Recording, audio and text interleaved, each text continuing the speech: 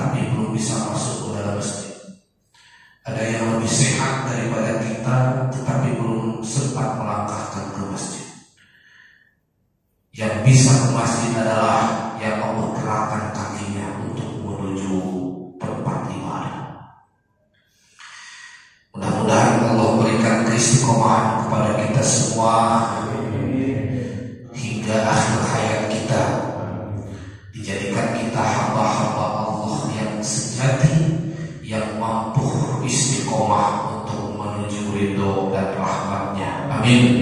Ya Allah, ya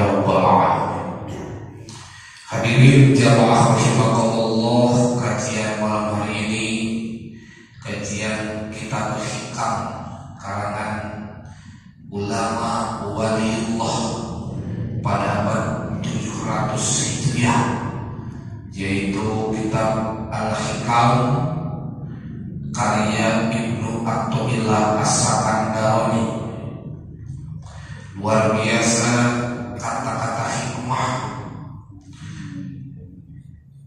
pitutur-pitutur untuk kita orang-orang yang ingin lebih dekat dengan Allah,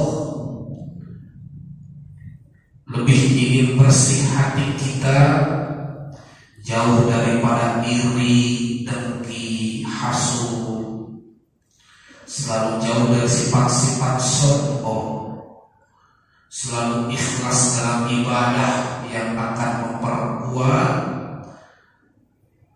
keistiqomahan di dalam hati dan kenikmatan di dalam ibadah.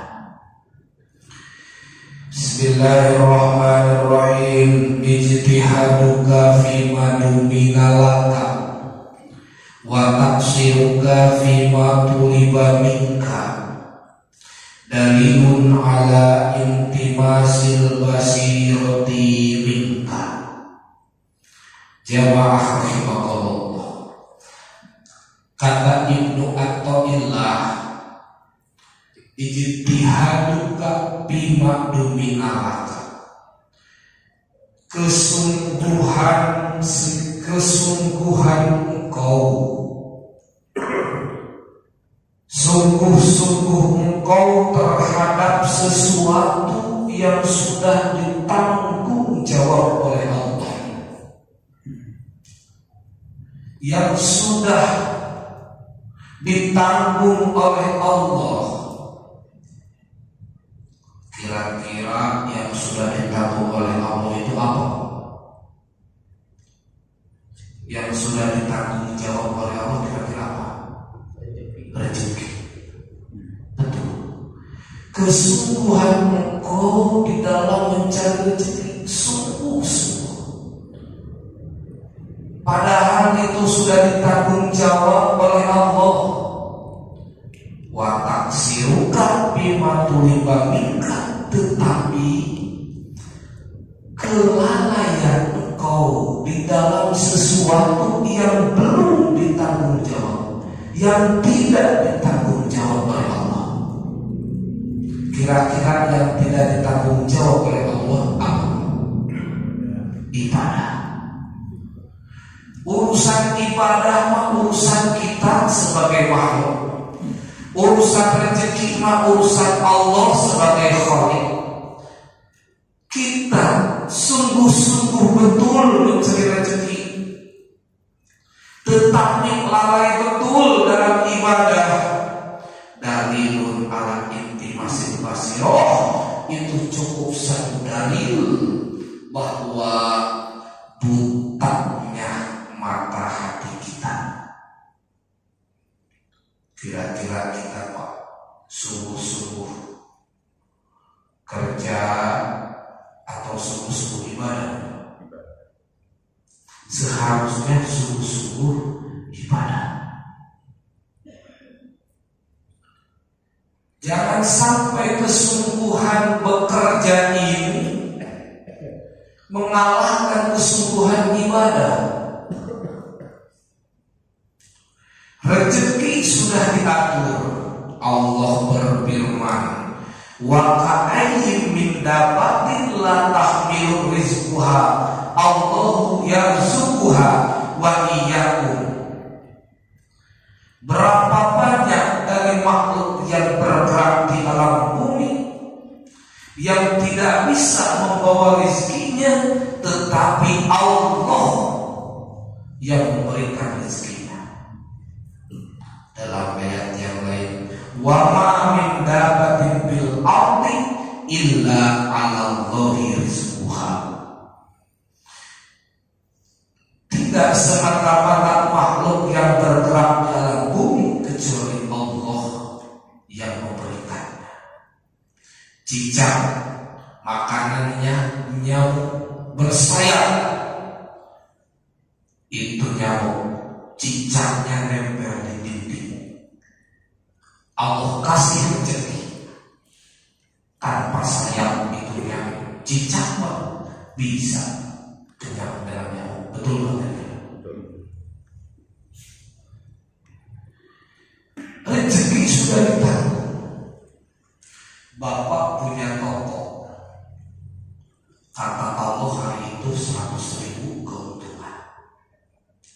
biarpun dibuka sampai jam 12 malam, tidak akan pernah lebih dari 100.000. Betul?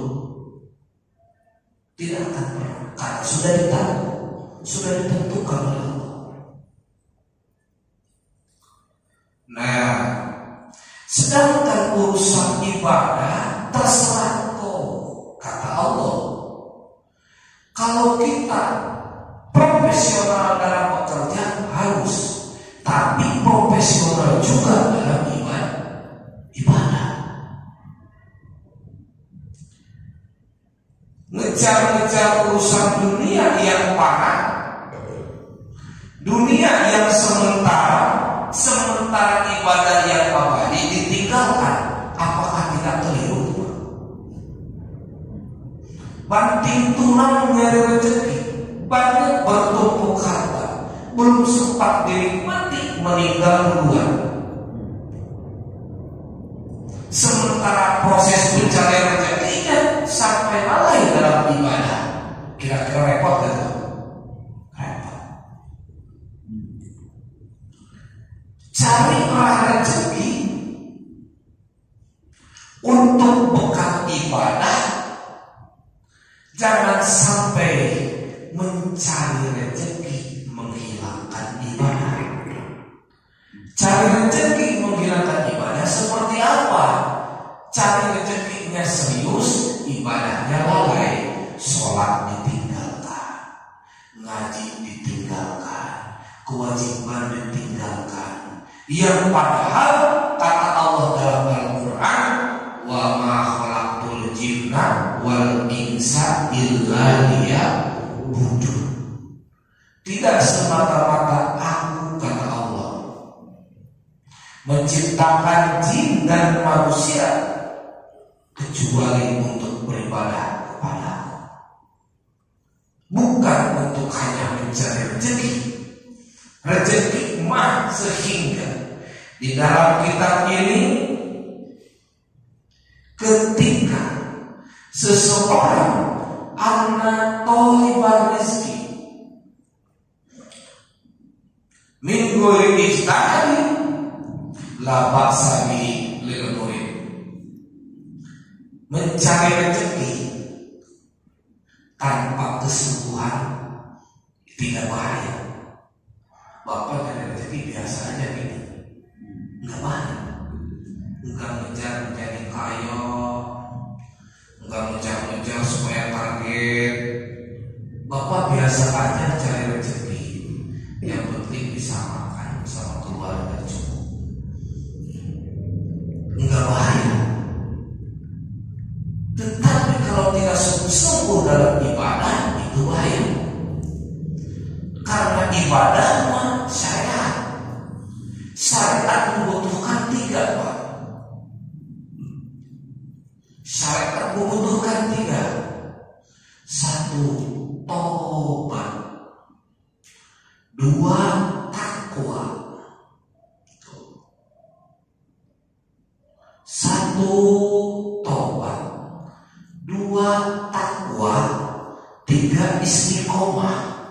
Kalau kita tidak melaksanakan 3 ini, gagal syariatnya.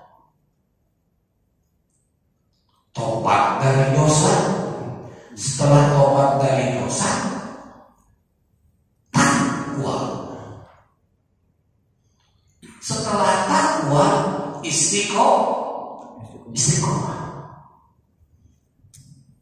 Saya, Bapak tanpa tobat, sholat majalah, STMJ, sholat terus, maksiat jalan. Maaf, sholat rajin, maksiat rajin. Berarti nggak tobat, Pak. Ya bagaimana dari para Allah itu? Tobat dulu, setelah tobat takwa, setelah takwa istiqomah. Kita tobat ibarat mandi, Pak. Mandi dari apa? Membuang apa? Kotoran.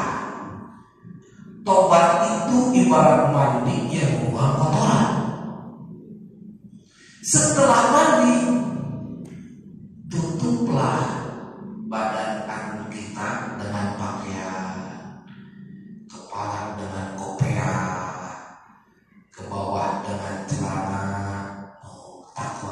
supaya itu kotoran tidak nempel lagi karena pakai pakaian. Setelah pakai pakaian, istiqomah, terus pakai baju, terus tobat, terus takwa. Kalau pakai bajunya kadang-kadang ya bagaimana? Masa telanjang, kadang pakai, kadang telanjang, nggak bisa. Nah, untuk muraqabah kepada Allah, lebih dekat kepada Allah, ingin mendapatkan rahmat Allah, kasih sayang Allah, jalankan syariat dengan benar terlebih dahulu. 1. Tobat, 2. Takwa, 3. Istiqomah. Untuk umuran sekalian, kita mah udah nggak wayah maksiat ini, nggak wayah ini, bukan zamannya lagi. Yang kita kejar muraqabah, dekat kepada Allah Subhanahu wa Ta'ala. Apa yang kita kejar? Ijtihad, sungguh-sungguh dalam ibadah. Sholat sudah harus mulai rapi. Usia kita, waktunya renggang, nggak sibuk, santai. Jangan berani sholat nggak pakai baju. Itu hal sepele. Jangan berani kalau sholat tidak pakai baju.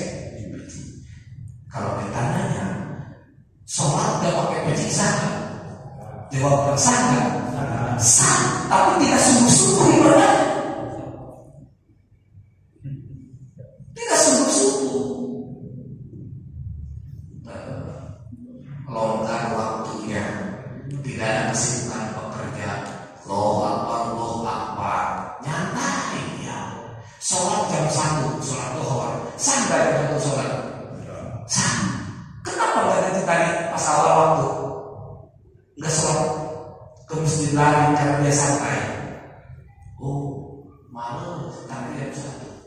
Sah sholat jam 1, sah, tapi tidak sungguh-sungguh. Mau bagaimana dekat dengan Allah?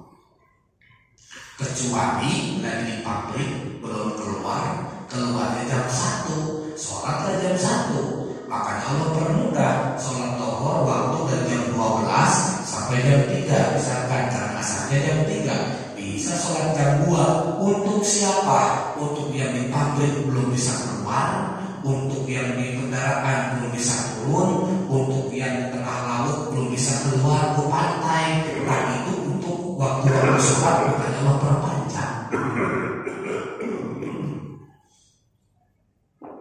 Waktu panjang tidak dilaksanakan benar-benar ibadah kita. Ya Allah ya Rabbi, intimas basirotika, buta mata hati kita. Inna lillahi wa inna ilaihi raji'un.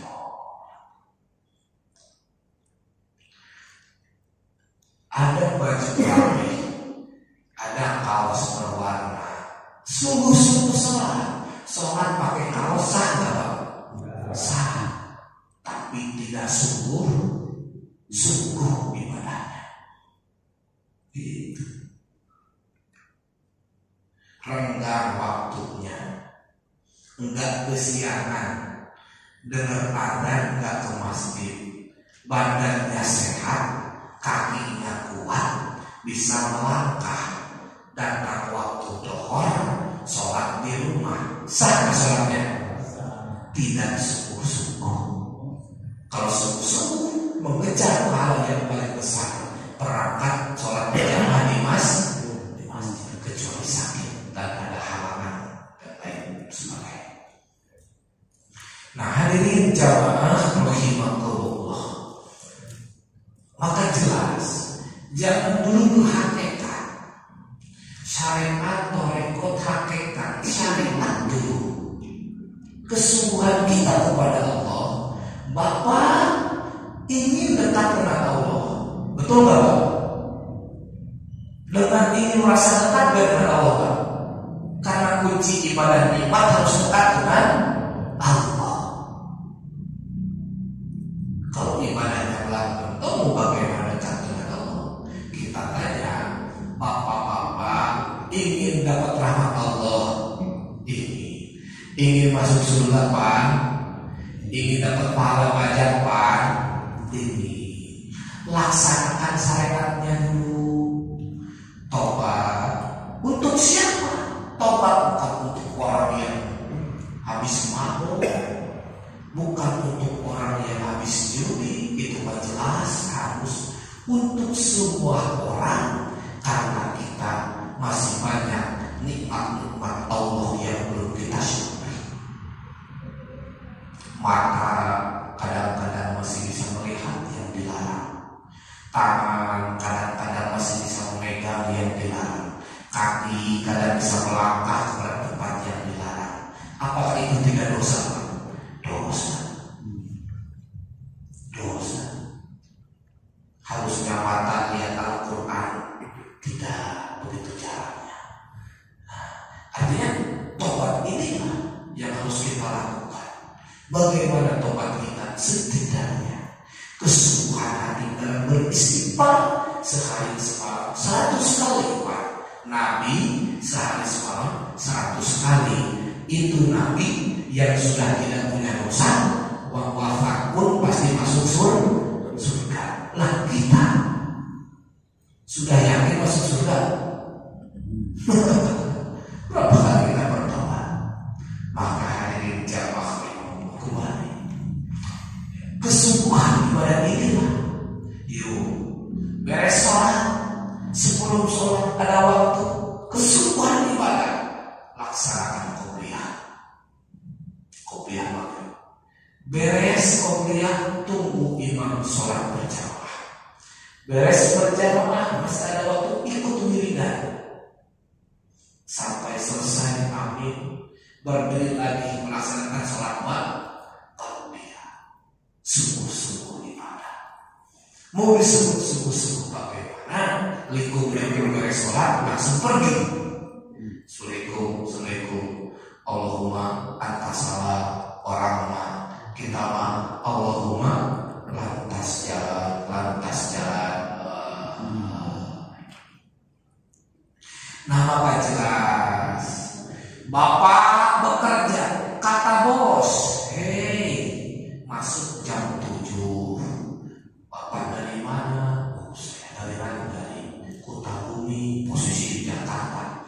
Mau kata bos biar tepat waktu, Bapak harus berangkat dari Kutahumi jam 4 pagi karena macet. Kalau nggak begitu, Bapak telat 3 kali bisa dipecat. Kira-kira Bapak di sini berangkat jam 4 atau Bapak? Berangkat. Karena sungguh-sungguh dalam bekerja. Tetapi dalam masalah ibadah lalai. Mau bagaimana mendapat rahmat Allah? Mau bagaimana mata hati kita terang membuka cahaya ilahi kalau masih tertutup dengan godaan-godaan dunia yang akhirnya kita lalai dalam beribadah. Hadirin jamaah rahimahullah, wa taksiruka bima toliba minka, kalimatnya. Dan Anda karena kata Ibnu Athaillah lalai dalam sesuatu yang dituntut oleh Allah. Apa yang dituntut oleh Allah? Amal ibadah. Apa saja? Wa huwa al-amalul ladzi natawassalu bihi adatan ila maulaka, yaitu amal-amalan yang menjadi robitoh, menjadi penyambung, yang menjadi kebiasaan sehari-hari. Itu amalan menuju maulaka, menuju Tuhan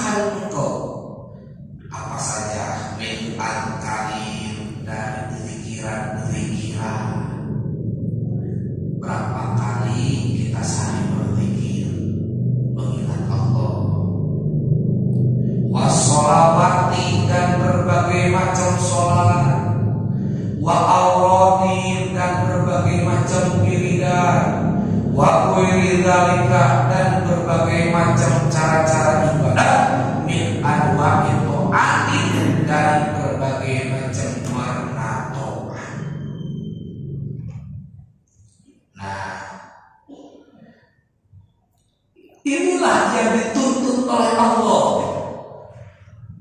Dari gerakan-gerakan kita, sholat harus sungguh-sungguh, zikiran, wiridan diantaranya harus sungguh-sungguh, dan berbagai macam warna-warna taat yang lainnya. Kalau kita masih lalai, bagaimana tidak disebut buta mata hati kita? Urusan dunia selesai, meninggal dunia urusan akhirat tidak ada selesainya. Urusan rezeki sudah dijamin oleh Allah. Nggak usah takut, nggak usah sedih. Bapak dalam pikiran dapat harus 200.000 hari ini, cuma dapat 100.000. Sudah ketentuannya begitu, dikejar-kejar pun nggak pernah akan dapat. Yang berbisnis gagal dengan bisnisnya, ketentuan Allah Subhanahu wa Ta'ala. Yang usaha gagal dengan usahanya, nggak usah bersedih. Yang penting mah sudah ikhtiar, urusan hasil kembalikan kepada Allah Subhanahu wa Ta'ala. Kalau kita tidak bisa menerima keputusan Allah, buat apa ada qada dan qadar yang menjadi rukun Islam kita, yang rukun iman kita yang keenam, yaitu iman kepada qada dan qadar. Kenapa orang banyak mengeluh, Pak? Karena dia tidak memahami keimanan qada dan qadar. Kalah dalam pemilihan RT, marah silaturahmi sampai terputus, pemilihan RW, pemilihan lurah. Itu sudah ketentuan Allah. Sadar ada rukun iman, percaya pada qada dan qadar. Nah, hadirin jamaah rahimakumullah, maka jelas kesungguhan ibadah inilah kita meranjak usia kita semakin tua, semakin tua, semakin tua. Bagaimana cara nikmat kita ibadah kepada Allah? Syariat jalankan yang tadi itu, tobat. Setelah tobat, takwanya maksimalkan, takwanya jangan dikurangi. Setelah takwa terus istiqomah, itu syariat. Setelah syariat ada apa? Kalau dalam ilmu tasawuf ada thariqat. Apa itu thariqat? Thariqat mah amal-amalannya ikhlas, urusan hati. Kalau thariqat Pak, urusan hati nih. Ada thariqat qadariyah, naqsabandiyah, sadiriyah dan sebagainya, supaya untuk menata hati kita, banyak berpikir, banyak istighfar, banyak sholawat, supaya hati kita tentram. Saat dijalankan tobat, terus lagi takwanya, terus lagi istiqomahnya. Jangan lupa thariqatnya, keikhlasannya. Ikhlas wajib nggak Pak? Ikhlas dalam beribadah wajib nggak kira-kira? Wajib kalau pengen berbekas. Itu ibadah itu. Tanpa ikhlas ya bagaimana? Jujur ibadah kita, sungguh-sungguh. Jangan sampai Allahu Akbar badan mah di masjid di atas sajadah, otak mah sudah di rumah. Jujur apa enggak?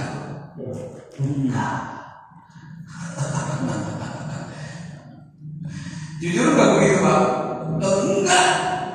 Enggak jujur itu. Allahu Akbar, badan di atas sejadah, otak sudah di kantor. Jujur enggak tuh? Lain di mulut dari di hati. Belum menghilangkan rasa sombongnya, belum menghilangkan rasa irinya, dengkinya. Itu torikot urusan hati. Makanya ulama-ulama ahli torikot diwajibkan berpikir qadariyah, naqsabandiyah, wahanom, ya, di mana di Tasikmalaya setelah sholat 165 kali tahlil dilatih hariato, ada mingguannya, banyak tahlil, banyak zikir supaya hatinya lembut. Bagus, luar biasa. Nah, hadirin jamaah rahimakumullah, maka untuk mengisi hari-hari kita, ya, hadirin jamaah rahimakumullah, jelas ijtihad sungguh-sungguh dalam beribadah. Pakai pakaian terbaik mau ke masjid. Ada pakaian-pakaian yang sopan. Bagaimana pakaian yang sopan? Ada pakaian tangan panjang sholat, tangan panjang sholat. Kita kan udah tua ini, Pak. Yang lihat pun kita apa ini? Allah sayang sama kita, mendapat rahmat sama kita. Sungguh-sungguh.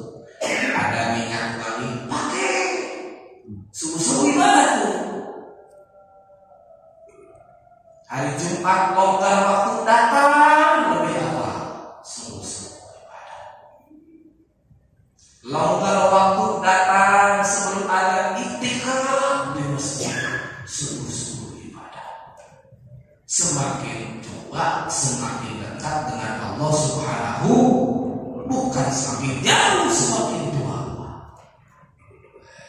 Kan ada fase-fasenya.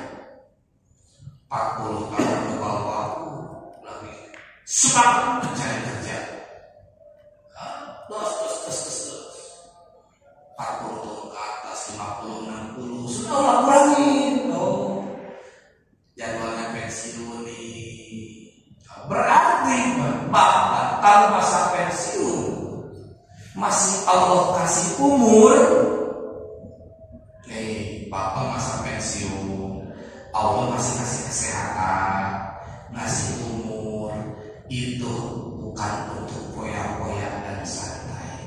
Allah merindukan kita yang dulu sibuk dengan kerja supaya di masa pensiun ini lebih sibuk dengan ibadah.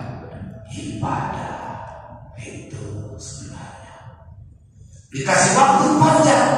Dulu ajaran bertobat, Allah kasih waktu untuk bertobat. Dulu ajaran istighfar, kasih waktu untuk istighfar. Dulu ajaran ikut taklim, kasih waktu untuk ikut taklim, kan sudah banyak waktu. Nah, hadirin jamaah rahimakumullah, kalau sudah begitu balance akhirat sungguh-sungguh, dunia sungguh-sungguh, ibadah sungguh-sungguh, urusan kerja sungguh-sungguh, profesional maksudnya, maka jatuhlah kepada doa Rabbana atina fid dunya hasanah wa fil akhirati hasanah wa qina adzabannar.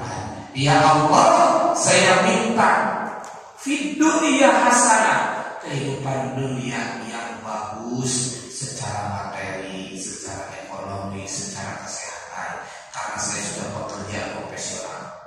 Wa fil akhirati hasanah, dan saya minta urusan akhirat juga hasanah, karena saya sudah ijtihad sudah sungguh-sungguh dalam ibadah, wakina adzabannar, dan akhirnya jauhkanlah saya dari siksa api neraka. Kita tiap hari minta doa, jangan itu tuh dunia dan akhirat bagus, dan sedangkan ibadahnya tidak sungguh-sungguh. Salah gak kira-kira? Salah. Oh bagaimana Rabbana atina Allah, jawab, ternyata kelakuan kita belum sesuai dengan apa yang Allah perintahkan. Nah hadirin jamaah rahimakumullah, inilah satu hikmah dari Ibnu Athaillah. Kita simpulkan bahwa kesungguhan kita dalam urusan rezeki, tetapi kelalaian kita dalam urusan ibadah sebagai bukti buta mata hati kita. Semoga Allah membukakan mata hati kita agar istiqomah dalam ibadah, istiqomah dalam kebaikan. Amin ya Allah ya Rabbal alamin. Hadirin, itulah yang disampaikan, mudah-mudahan bermanfaat. Kalau yang ada pertanyaan iya, baik Bapak-bapak dan sekalian, demikian tadi materi yang telah kita sama-sama dengarkan ya, yaitu bagaimana kita menyikapi perjalanan kehidupan kita di alam dunia ini. Begitu banyak kita yang sepatutnya kita harus mengutamakan ibadah ya. Mudah-mudahan kita selalu menjadi hamba yang senantiasa mengutamakan ibadah kita ya. Ada waktu kurang lebih 3 menit ya, barangkali ada jemaah yang mau bertanya, kami persilakan. Ya, Ustaz. Ya, silakan. Ya. Ya, silakan Pak Ski. Ya, assalamualaikum warahmatullahi wabarakatuh. Waalaikumsalam. Tadi di kota dikatakan oleh Pak Ustaz, saya menggarisbawahi bahwa sholat itu harus ikhlas. Saya pernah dipengaruhi oleh teman kerja. Dia udah tidak sholat lagi. Dan dia menanya kepada saya, Bapak sholat ikhlas kan? Saya bilang, ikhlas ya Pak. Makanya saya tidak sholat, tidak ikhlas. Gitu. Saya nggak sholat, tidak ikhlas. Karena belum gitu. ikhlas itu. Iya, itu. Jadi saya jadi tempatan gitu sekarang. Oh iya. Kalau sholat kita ikhlas, insya Allah berpahala. Kalau sholat kita tidak ikhlas, sholat kita hanya menggugurkan kewajiban. Itu Pak. Kewajiban harus digugurkan apa enggak? Harus. Benar Pak? Harus. Seperti kita bayar utang, ikhlas dan ikhlas harus dibayar. Wajib. Kalau ikhlas sampai kita senang, yang dari kita senang, kalau tak ikhlas, nih Pak, mau bayar lah. Dari mana gua paksa gua bayar? Atau terserah lu, yang punya duit, yang penting gua mau dibayar, lalu gua biasanya. Kasarnya begitu. Nah maka kelirulah orang yang saya belum sholat karena belum ikhlas. Mau sampai kapan?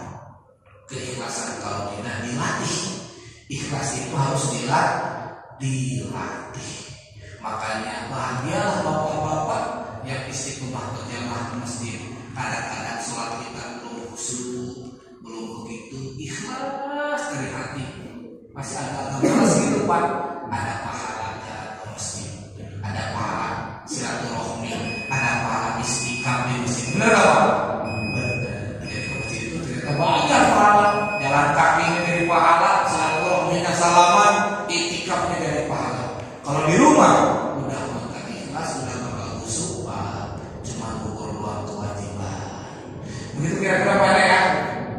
Ya mudah-mudahan puas dengan obat. Baik, ada lagi? Ya, cukup ya. Ya, berhubung waktu sudah masuk ya. Saya itu dulu. Hadirin